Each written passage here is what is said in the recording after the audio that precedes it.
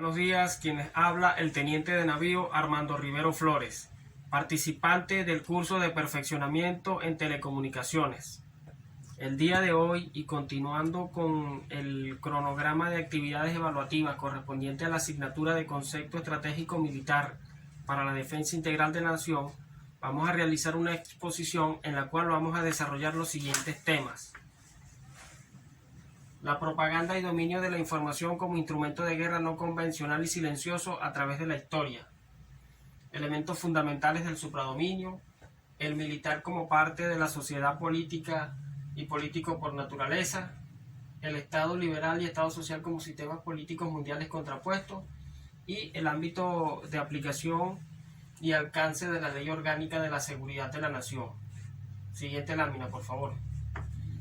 Bien, para desarrollar el primer tema vamos a definir primeramente el concepto de la palabra propaganda. Propaganda es la acción y efecto de propagar o difundir una idea, una opinión o una doctrina. En el antiguo latín, la palabra propaganda significaba cosas para propagar. La propaganda fue desarrollada por la Iglesia Católica durante la época de la Restauración, cuando la Iglesia Católica atravesaba por una fase de lucha por mantener y expandir sus ideales en países no católicos. Pero no fue sino durante la Primera Guerra Mundial cuando el uso de la propaganda comenzó a expandirse a través del mundo político y filosófico. Durante esa época fueron diversos los medios que se emplearon con fines propagandísticos, pasando por la expresión oral y escrita, así como por la difusión de acciones o imágenes, entre otros. Ya durante la Segunda Guerra Mundial, el uso de la propaganda se fue acentuando de una manera más prolongada, hasta el punto que se convirtió en un instrumento de guerra. Producto de un conflicto de intereses que ya venía de la Segunda Guerra Mundial, durante el periodo de la Guerra Fría, los gobiernos de Estados Unidos de América y la Unión Soviética continuaron haciendo uso masivo de los elementos propagandísticos, hasta el punto de que estos se convirtieron en un instrumento de política nacional. En esa época, la vida cotidiana utilizó muchos elementos propagandísticos, hasta el punto de que influenciaron sobre sus propios ciudadanos, tanto los del bloque opuesto como los de los países del tercer mundo. La propaganda de guerra generalmente viene impulsada por información falsa y disimuladora.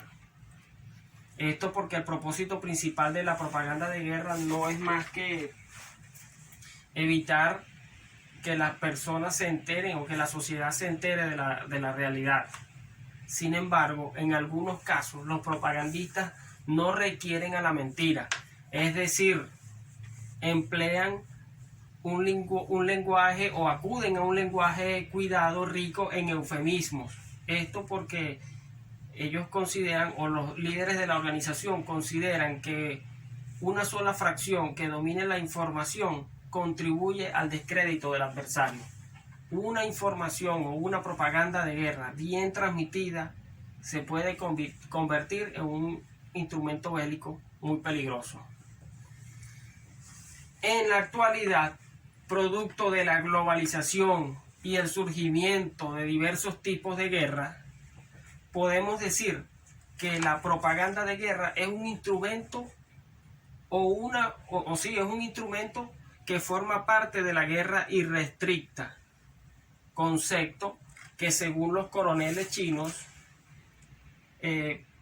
Qiao Liang y Wang Sansui consiste en la guerra total, es decir, en este tipo de guerra no existe ningún tipo de reglas. En este tipo de guerra, estudiar al enemigo desde la parte militar no es el principal objetivo de este tipo de guerra, sino más bien estudiar su estructura como nación, ya que a través de ese estudio se permite determinar cuáles son los puntos estratégicos y de ataques para ir debilitando al enemigo. Siguiente lámina, por favor. A continuación vamos a hablar un poco acerca de los elementos fundamentales del supradominio. En la doctrina plasmada en la PLA, Ejército de Liberación Popular, o People Liberation Army, por sus siglas en inglés, escrito por los coroneles chinos anteriormente mencionados, en esta doctrina se establece que la guerra es total, omnidimensional, plurimodal, articulada. Es por ello que se emplean diferentes elementos que están vinculados al supradominio, como por ejemplo ataques sostenidos desde el campo diplomático, del campo financiero, a las estructuras militares de los países involucrados. Se emplean, como ya hemos visto, como ya lo analizamos anteriormente, los medios de comunicación para hacer guerras mediáticas o para desarrollar parte de la guerra mediática. Se producen también ataques cibernéticos a los servicios de inteligencia de los países participantes. Asimismo se emplean ataques a la retaguardia del enemigo, asesinatos selectivos, presión psicológica sobre los familiares de los militares. Se utilizan instrumentos para la guerra psicológica, instrumentos culturales e instrumentos tecnológicos con la finalidad de ir fragmentando o de penetrar las instituciones estratégicas de los países hasta llegar a la ruptura total de las mismas. Siguiente lámina, por favor. Ok, a continuación vamos a ir desarrollando o vamos a hablar acerca de el militar como parte de la sociedad y un político por naturaleza. Entre 1899 y 1945, Venezuela estuvo gobernada por un grupo de oficiales militares, los cuales para la época gozaron de gran prestigio y reconocimiento por la sociedad venezolana. Tanto que en el año 1910 se creó, bajo la influencia y la doctrina de militares chilenos y alemanes, la primera academia militar en el año 1910. Ya para el año de 1958, con la caída de la dictadura, los militares o la Fuerza Armada pasó nuevamente a dedicarse simplemente a los cuarteles. Es decir, pasaron de tener un lugar preponderante en el siglo pasado, en el siglo anterior, nuevamente a los cuarteles. Esto establecido de acuerdo a lo que tipificaba la antigua Constitución de 1961, en la cual se le prohibía el derecho a participar en elecciones populares a los militares, o el derecho a ejercer el voto, mejor dicho. Ya para 1999, con la llegada del comandante Chávez a la presidencia de la República, la Fuerza Armada Nacional atravesó por una serie de cambios estructurales que, basados en la Constitución de 1999 y en contraposición a lo que establecía la antigua Constitución del 61, destacan allí, por ejemplo, el derecho al sufragio nuevamente de los militares. Es decir, la Fuerza Armada o los integrantes de la Fuerza Armada tenían derecho o tienen derecho a participar en los procesos electorales. Nuevamente la Fuerza Armada Nacional retoma un carácter desarrollista con fines a participar activamente en el desarrollo integral de la nación.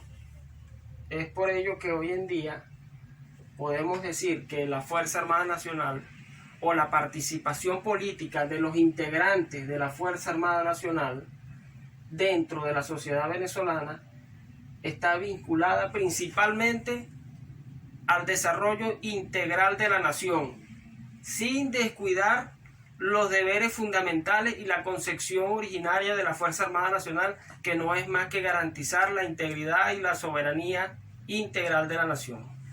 Siguiente lámina, por favor. Ok, a continuación vamos a analizar un poco acerca de lo que es el Estado liberal y el Estado social como sistemas políticos contrapuestos. El Estado liberal promueve sencillamente el libre comercio. El sistema político en el Estado liberal está representado a través de élites, es decir, solo una parte de la sociedad, digamos, que puede participar o optar a cargos de representación pública en este tipo de sistema. Promueve el liberalismo económico, no disfruta de los programas económicos del Estado, promueve el libre comercio, muy importante aquí, ya vamos a ver por qué este es importante, este punto. En contraposición con el Estado liberal, el Estado social viene a intentar corregir todas estas desigualdades que son promovidas a través del Estado liberal. El Estado social intenta superar desigualdades del Estado social a través de la inclusión de la sociedad para que tengan acceso a servicios sociales como la educación, la salud, el empleo y la vivienda. En este tipo de Estado, en el Estado social, el ejercicio político se ejerce a través de una democracia participativa y protagónica. Siguiente punto, por favor. Ok, vamos a analizar el siguiente punto. Ley Orgánica de Seguridad de la Nación, su vinculación con los tratados internacionales, alcance, entre otros.